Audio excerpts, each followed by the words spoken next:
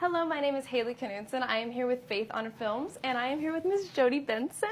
She plays Nia in the Wingfeather Saga, and I have to say, I feel like that I've known you forever. I mean, we're like duet partners practically. I mean, I grew up just singing Part of Your World and running around my kitchen with my little red wig on. That's so great. So, I mean, it's just an honor to be here with you. I mean, I don't feel worthy. Like, this is incredible for me. And how does it feel to just be like a voice of a generation? Like, I told my friends that I was going to come and see you, and they're like, oh my gosh, you need to take a picture. This is incredible. So how does that feel?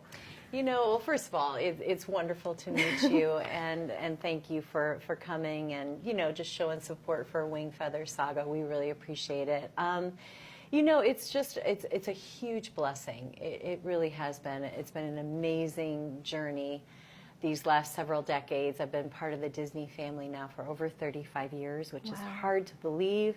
But it's been such a beautiful gift from God, and such an amazing opportunity to meet people all over the world and hear their story of how they connect to the character, like you're sharing with me. I love that. I love to hear the core memory of where everyone was the first time they saw the movie, the first time they heard the song, and just the impact of the character through the generations of families is really heartwarming and overwhelming to me, to feel that I get to be a small part of each person's story. Yes, and it's really a huge gift. Oh, wow. Well, how did you get involved in Wingfeather to begin with? You know, I had an audition during the lockdown, and so I had created a little studio at home in my closet, you know, with some towels, and had my little iPhone and my little microphone, and just really two little pieces of the script for my character of Nia. But what I loved about her was that she was an incredibly powerful woman as a leader, but also just such a heartfelt mother of loyalty towards her kids, and just really connected with that character. So laid down this audition and sent it away. And several months went by and I hadn't heard, so I just, you know, you just make these auditions and throw them away, and if they happen, they happen. If they don't, that's fine too. So when I got the email from the agent that, you know, you're being considered, I thought, oh my gosh, that's right. I really liked that character. I remembered that. So I went back and I listened to it again and created some other little nuances and sent it back. And when I was cast, I had no idea, because I'd never read the book, the series from Andrew.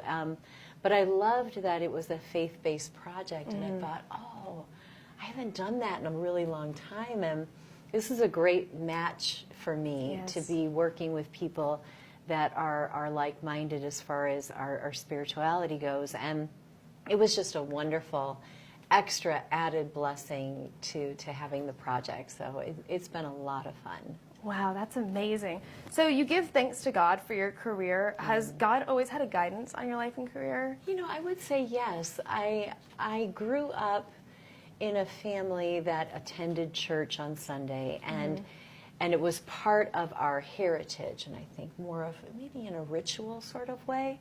But when I was probably in the 4th and 5th grades, I really did feel that connection of, oh my gosh, I can actually talk to God, and I know that He hears me, and I know that Jesus is with me. And so this started to become more of a personal relationship for me. When I met my husband when I was 18, and we started dating, he started to share with me about this personal relationship, and I thought, that's kind of what's been happening in my life lately, and I really started feeling that, oh, this is amazing. So then pursuing the industry professionally from 18 on, I really sensed that God was my casting director and my producer and my director, and felt like He really just kind of sent me on this path, this crazy sort of path that really made no sense throughout all these years in the industry. Just doesn't follow a normal formula for somebody to be working in the industry. But I really did feel that God was just directing every step of the way, and continues to this day, and just had that peace to know that My job is to love and serve others. My job is to do my best with excellence in the gifts that He has given me. And when He gives me the opportunity to use those gifts, that I really need to step up and to do the right thing and to do it with excellence. So wow, it's that's been a so blessing. beautiful. Wow. So going way back, when did you decide that you wanted to be an actor? Yes. Let's see. I think I was 8 years old. Oh, wow. When I told my mom that I wanted to be a working actress. I wanted to sing, dance, and act to pay my bills. I didn't want to be rich. I didn't want to be famous. I had never seen a Broadway show, but I wanted to do a Broadway show. I don't know how I knew what a Broadway show was, but my passion was to be in a Broadway musical. So at 8 is kind of when I guess I just made that statement, and it seemed like every decision that followed after that was leading me on that path of what I just felt like God was calling me to do, and it's been an incredible ride. Wow. So to young people starting out in the industry, do you have any advice for them?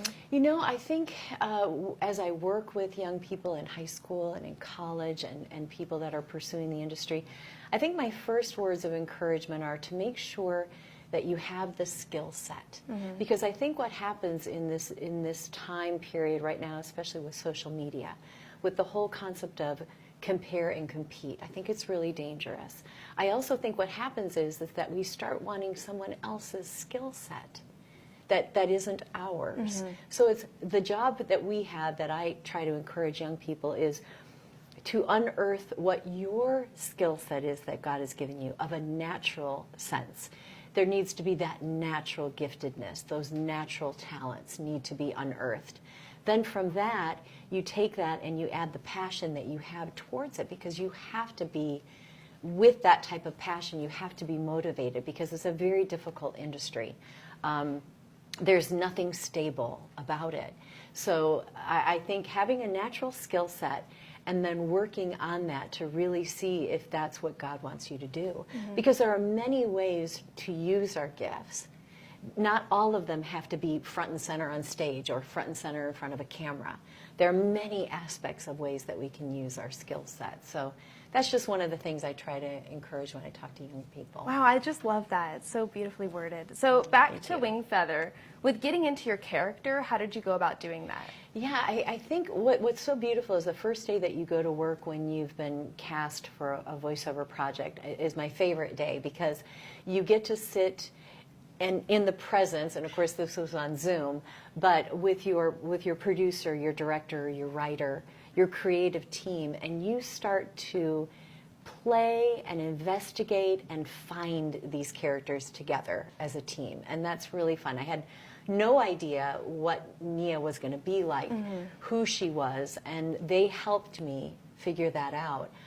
And I don't think about it in a technical way, like, what do I do with my voice? Do I make my voice higher? Do I make it lower? Do I make it raspier? I don't think in those terms. I think in terms of, like, who is Nia, and let's find her together.